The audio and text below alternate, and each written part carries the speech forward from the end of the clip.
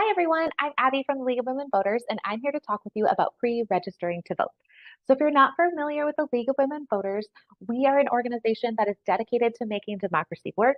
We register voters, we educate voters, and we defend the right to vote. Our mission is to empower all voters of every gender to defend democracy. We don't support candidates or parties. We work on issues, and we educate people just like you to make their own decisions. So, what are we going to talk about today? We're going to go over a super short history of voting rights. We're going to talk about why you should vote, when you can register to vote, what you need to be able to register, how you register, and then how you can educate yourself about voting. So first up, we have a timeline of voting rights in the US. This is in no way comprehensive. This is a very, very general high notes presentation. You'll get a lot more details in your US history class. But to start us off, in 1798, white male landowners got the right to vote. Yay for them. And then in 1868, 1870, black males legally got the right to vote. More on that later. And in 1920, white women, with the passage of the 19th Amendment, got the right to vote. In 1965, the Voting Rights Act of 1965 overturned Jim Crow laws. Jim Crow laws not only impacted Black voters in the South, preventing them from voting in a lot of cases, but also Chinese voters in California and European immigrant voters in the northeastern states. So you would think that, woohoo, Voting Rights Act, everybody can vote now. But actually, until 1971, you had to be 21 to vote. And you just like yourselves, fought for the right to vote, and they got the voting age changed to 18 in 1971. And then in 2014, California decided to allow 16 and 17-year-olds like yourselves to be able to pre-register to vote, so they would automatically be sent ballots when they turned 18. And with that, we're going to go into a quick video. You say vote. If someone says, democracy is a sham, those people don't speak for me, the system is rigged. You say, vote. Someone says, well, it doesn't make a difference. This state is red, that state's blue, this thing's already a lock. You say, vote.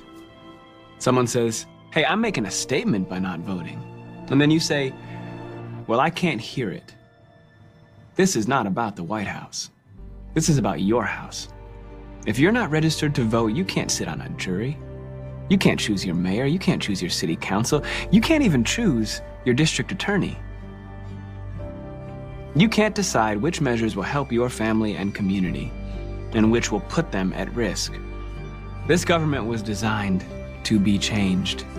You can either make that change or you can take what little they give you. Democracy is not a sham. It's a job. It's our job. And it took too goddamn long to get it, to just let it slide. You say vote because there are people who still don't want you to. Why vote? I'm glad you asked.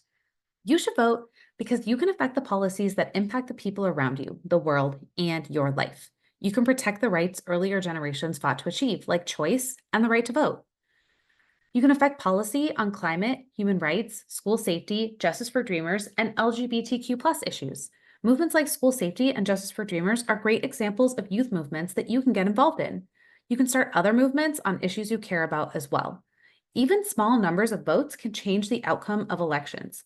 Here's Los Altos City Council member Nisa Flagger to talk more about this. Hi, my name is Nisa Flagger, and I'm a current council member on the Los Altos City Council, and I was mayor in 2021. When I first ran in 2016, I lost by 6 votes. That's right, 6 votes. In a city where several thousand individuals vote in every election, I lost by only 6 votes. So the 3 things I'm going to ask you to do are: 1, please register to vote. And in California, you can pre-register to vote as young as 16. The second thing I will ask you to do is please get 5 friends, family members, neighbors to also vote, because now you know 6 votes can make a difference. And the third thing I'm going to ask you to do is please vote. There's so many registered voters who actually don't show up to vote. And we know their vote can make a difference. Every vote matters. Every vote counts. Thank you. I'm voting because it's my superpower and it's yours too. Make your voice heard. Over time, we've seen youth vote increasing. We've got the data for the last 3 presidential elections on this screen. You can see that in 2020, something unprecedented happened. More than half of youth turned out to vote. That's amazing. And we want to see those numbers keep going up and keep growing because your vote makes a difference. You might notice on this graph that older people vote a lot more than younger people. Elected officials listen to people who vote. If you don't want old people making decisions for you, if you want to make sure your voice is heard, make sure you get out there and vote and stand up for the issues you care about. Elect people that are going to stand up for the issues you care about as well. This is your chance to have your voice heard. In the words of David Hogg, a Parkland student activist, we as young people will win not by using hate, not by using division. It's about campaigning and voting. Even if you're not yet 18, you can work on issues you care about, just like this Parkland student who spoke out against gun violence and helped to start a movement.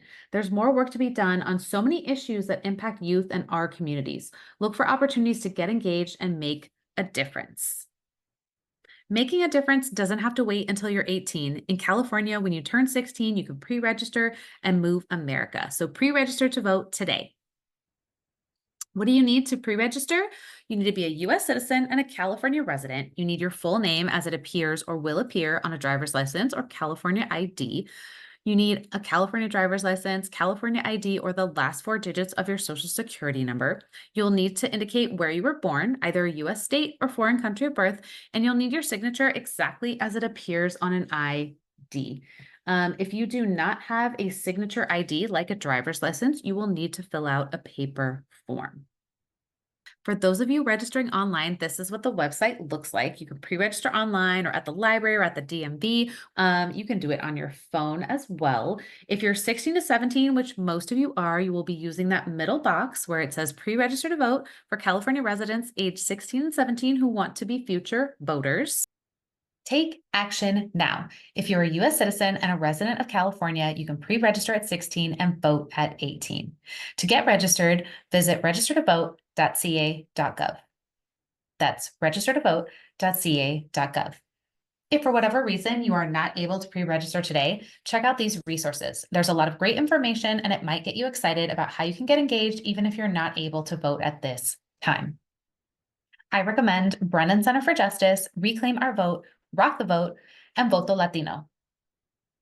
Please pause the video to pre-register to vote or check out these resources. If you're watching this on your own device, everything is linked below in the description box.